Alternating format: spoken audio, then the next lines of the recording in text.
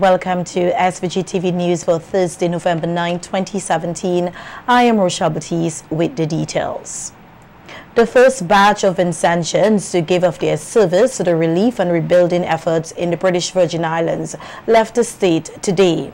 Minister of Agriculture Suboto Ceesay encouraged those in the batch to do their best and make SVG proud.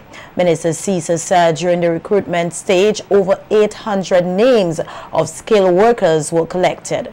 This is a part of the recovery efforts to rebuild the British Virgin Islands. In the immediate aftermath of the hurricane, which affected Tortola, Virgin Gorda, and also the USVI, a producer cooperative, the South Central Windward Producer Cooperative, had several sessions at the North Union Resource Center. Over 800 names were collected of carpenters, masons, plumbers, electricians, and laborers. And we are happy that the private sector in the British Virgin Islands came on board, and we are going to send off the first group of workers. Ceesay also encouraged the workers to give of their best to assist in the rebuilding efforts in the BVI. Mr. Montgomery King, who is a national of St. Vincent and the Grenadines, he has been living in Tortola for the last 25 years. He went around, spoke to other investors, and he is leading the process. I want to encourage our workers who will be leaving to put their best foot forward. It is very important that as you carry your flag with you, that you represent the hard work, the diligence, and the dedication which you have exhibited here in St. Vincent and the Grenadines as a worker.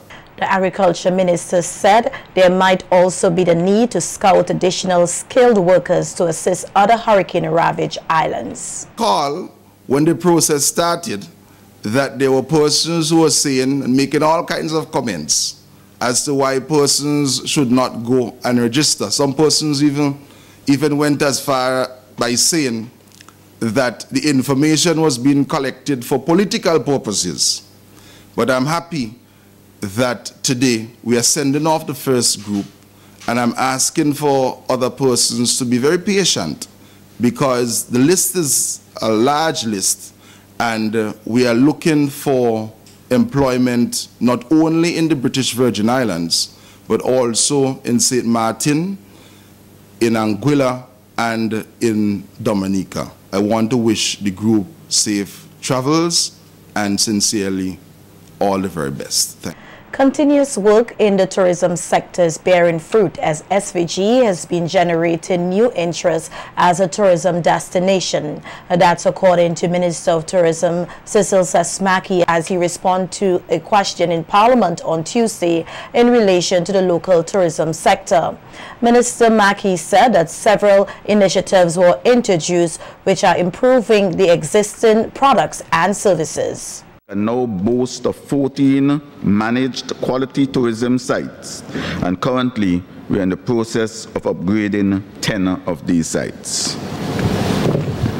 These sites are also complemented by various other recreation areas, including our rivers, beaches, and ecotourism sites. We continue to work on our port of entries and can point to the major plus of the Argyle International Airport, and as we speak, soon to commence dredging at the Kingston Cruise Pier to facilitate the berthing of larger ships, a direction in which the market is now moving. These realities have generated new interest in the destination St. Vincent and the Grenadines, and in the not too distant future, SVG may well be used as a transfer port where persons fly in and out at the Argyle International Airport to join and leave cruisers in SVG.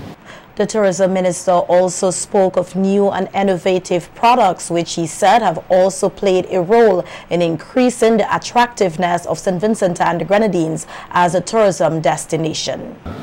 In our recent discussions with the FCCAA and operators of 4 cruise lines, which was hosted by the Honorable Prime Minister at our very impressive Argyle International Airport, we were able to identify new and exciting packages, including a tour to include a visit to the Prime Minister's residence, with the Prime Minister himself offering his services as a tour guide.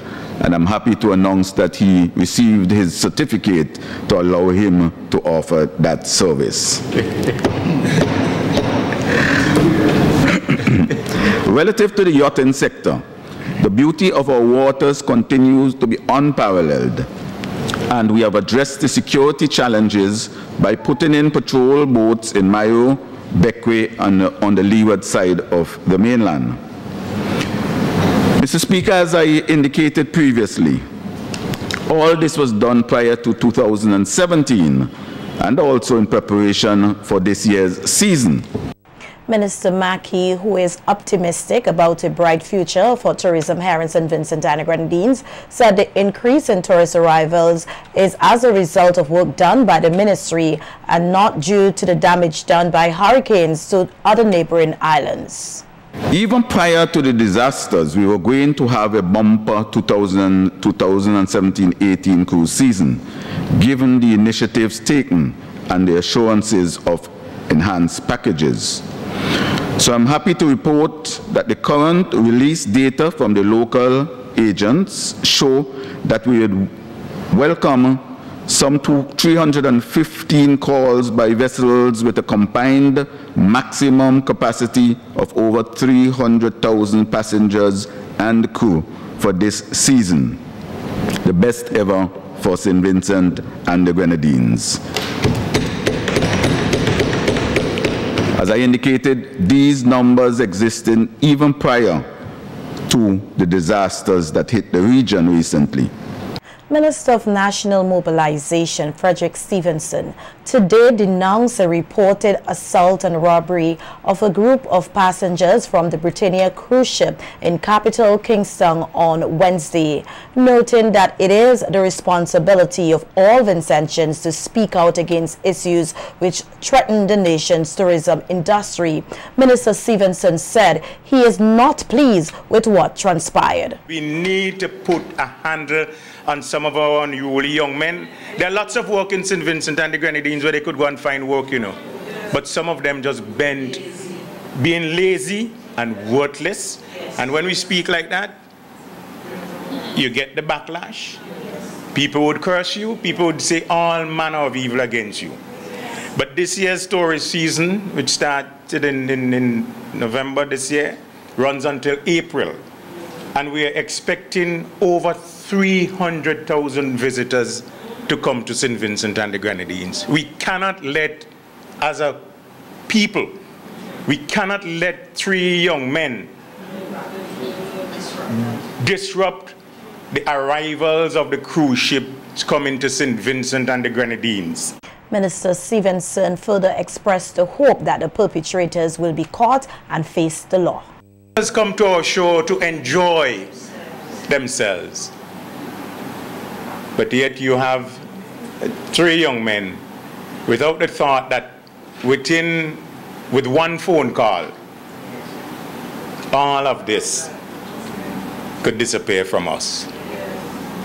I want to say publicly I denounce that terrible act, and I hope that the police would act swiftly so that we can bring these culprits to justice, to save St. Vincent and the Grenadines and to save the good work that successive governments have done over the years in building a beautiful St. Vincent and the Grenadines. In other news, the banana industry still plays an important role to the development of St. Vincent and the Grenadines. That's according to Minister of Agriculture Saboto Caesar as he responded to a question in Parliament in relation to the return of shipments of bananas to the extra-regional markets. Minister Caesar said Windfresh will be examining the quality of fruit delivered from test shipments to the regional market in order to ensure that the requisite quality exists before shipments to the extra-regional markets can begin. Windfresh has agreed that a 40-foot container of bananas will be shipped and marketed on the regional market prior to its shipping to the UK. The monitoring of the fruit quality from the farm to the UK, including the issues of shipment, this will be undertaken by Windfresh, and they noted that once the quality of the fruit meets the standards during the trial shipment in the region, that the extra regional exportation will commence.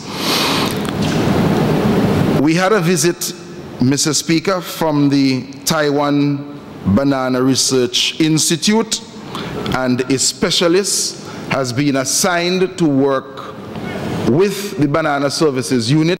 The Agriculture Minister added that while stakeholders agreed that more must be done by Windfresh to facilitate the return of shipments of bananas to the UK, he highlighted one area of concern which Windfresh has identified. I am of the view, and a lot of stakeholders, and I'm certain that the member for East Kingston will share this view, that Windfresh needs to do a lot more faster so that we can go back to the United Kingdom. However, I want to note that the dangling variations as it pertains to the Cronshaw levels for the black sigatoka is one of the main issues constantly raised by Windfresh, and we are still grappling to have a period of about 5 to 6 months where we can see that the Cronshaw levels are so low that it will not cause a lot of shipwreck and other issues that will affect the marketability of the fruit. So Windfresh is using that as their main reason. Minister Caesar pointed out that while St. Vincent and the Grenadines has been engaged in diversifying the agriculture sector, he recognized the importance of bananas to the growth of the economy. I am happy that stakeholders have come on board so that we can maximize the export to the region. But I want to assure this Honorable House and to stakeholders throughout St. Vincent and the Grenadines, persons interested in the banana industry, that whilst we seek to diversify, the banana industry continues to play a very critical role and still has a very, very important part to play in us going forward. I was very happy to see and to listen to the comments by the Honourable Member for Central Kingstown as it pertains to our ability to address the issue of diversification and the establishment of a platform for the production of organics.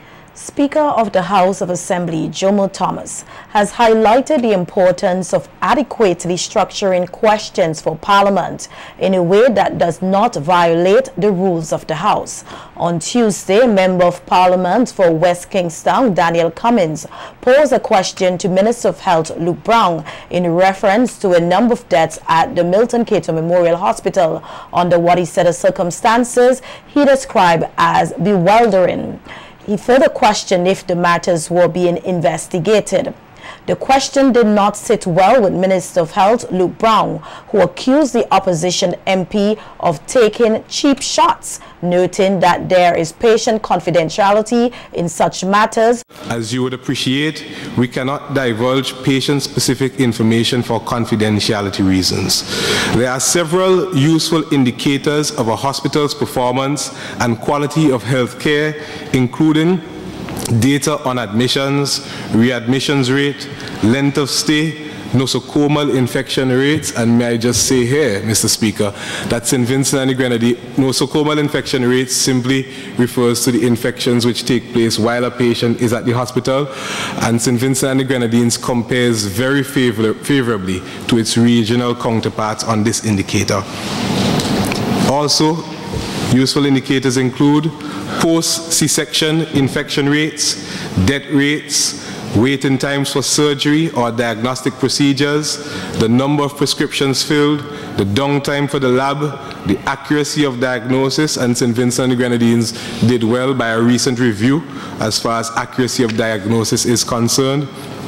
Patient satisfaction indices, survey results, and other measures which can be presumably shared with the Honourable Member at an appropriate time and place under proper conditions. Mr. Speaker, be assured that if there is any complaint made which justifies review, such a review would be conducted forthwith and its results published to the relevant persons and authorities with the highest regard for transparency, patients' rights, and justice. If any negligence is ever found in the management of patients, there is of course recourse under the law. On a separate but related note, I anticipate that we'll be able to publish the long-discussed patients' charter early in the new year. The ministry puts patients first, and I take seriously as Minister of Health, Wellness and the Environment the matter of ensuring that we have the highest quality of health care possible, and we are in a constant quest for improvement. Minister Brown further pointed out that if negligence was found by the hospital in certain cases, there is recourse under the law. MP Cummins challenged the health minister's statement that he was being dishonorable in his line of questioning and called on the speaker to address the matter. The speaker then insisted that Minister of Health retracted his statement as he was imputing improper motive by the opposition MP. He, however, noted that the opposition Member of Parliament for West Kingstown was in fact in violation of Section 20 of the House Rules. It violated Section 20A. The proper object of a question is to obtain information on a question of fact within official cognizance of the minister to whom it is addressed, or the Attorney General, or to ask for official action.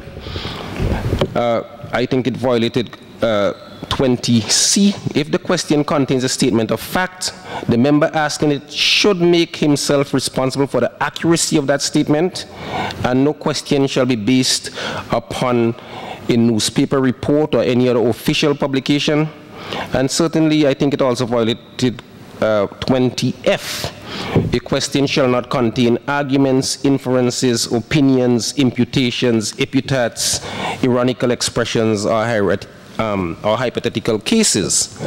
I ask, so I thought when the minister told you that your question was in violation, he was on point. But I thought he proceeded to do certain things which I believe you rightfully objected to. Because if the question cannot entertain arguments, inferences, opinions, imputations, epithets, ironical expressions, or hypothetical cases, it stands to reason that the answer cannot do that as well.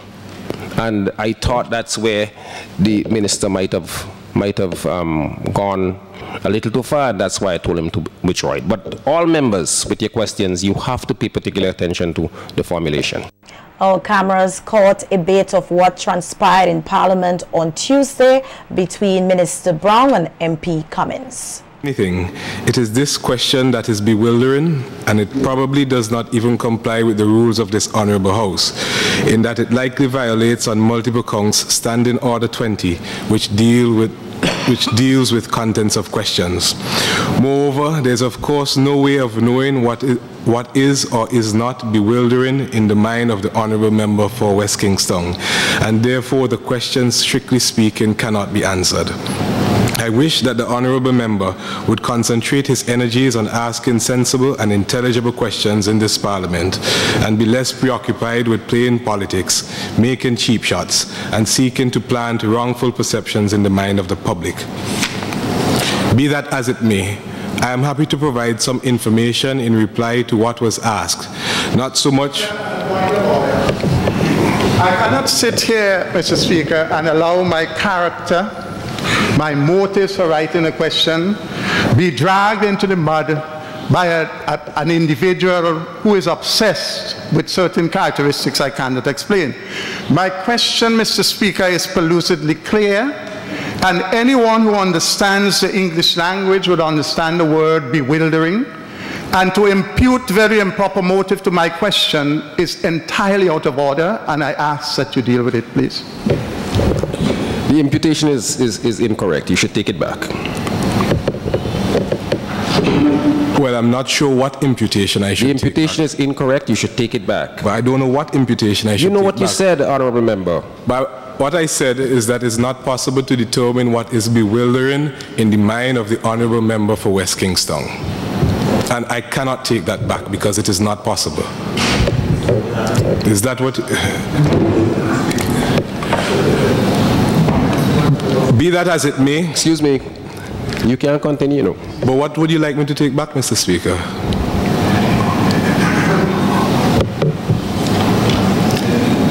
You impute... The Honourable Member is alleging that you are imputing improper motive to his question, and you should proceed to answer the question without imputing motive.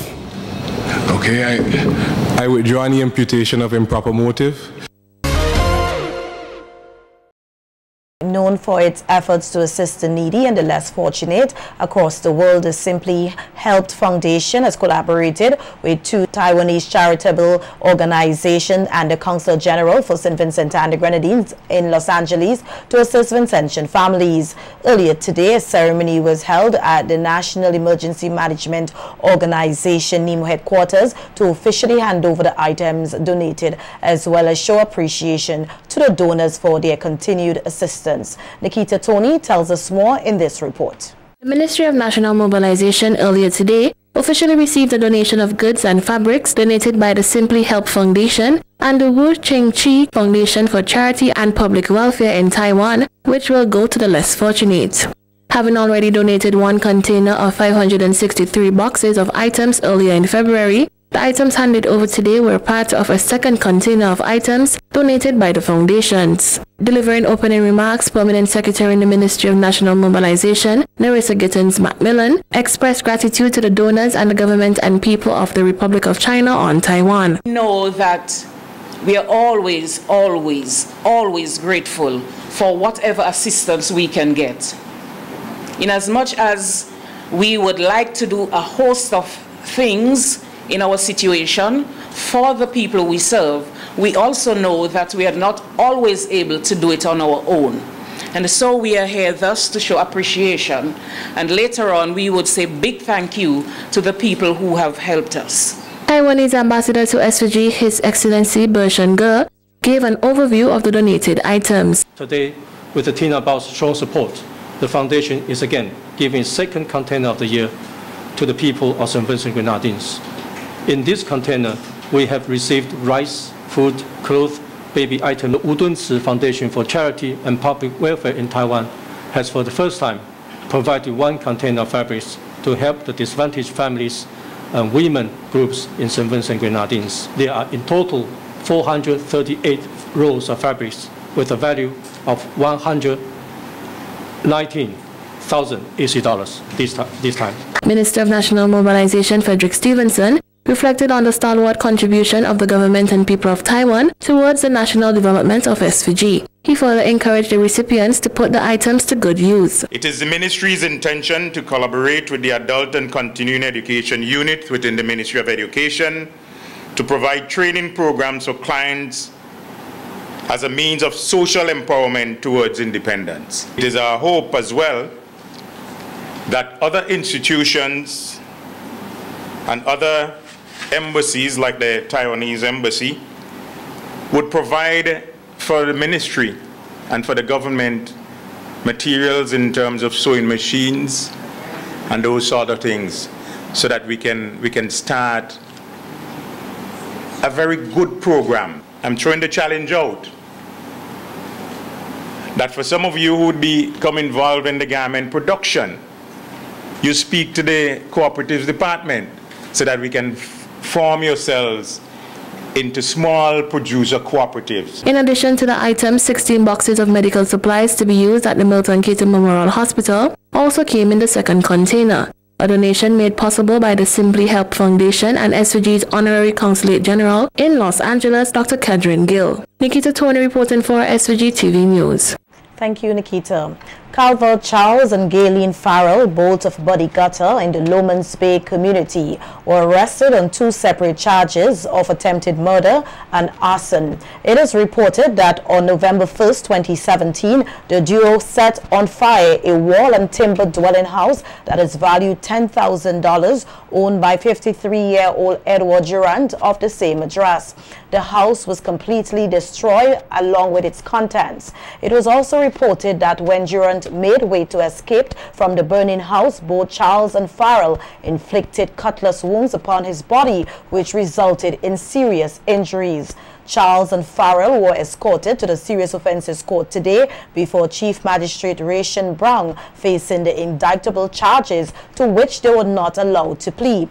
Prosecutor Adolph Delpech did not object to bail, which was allowed in the sum of $30,000, each with one surety.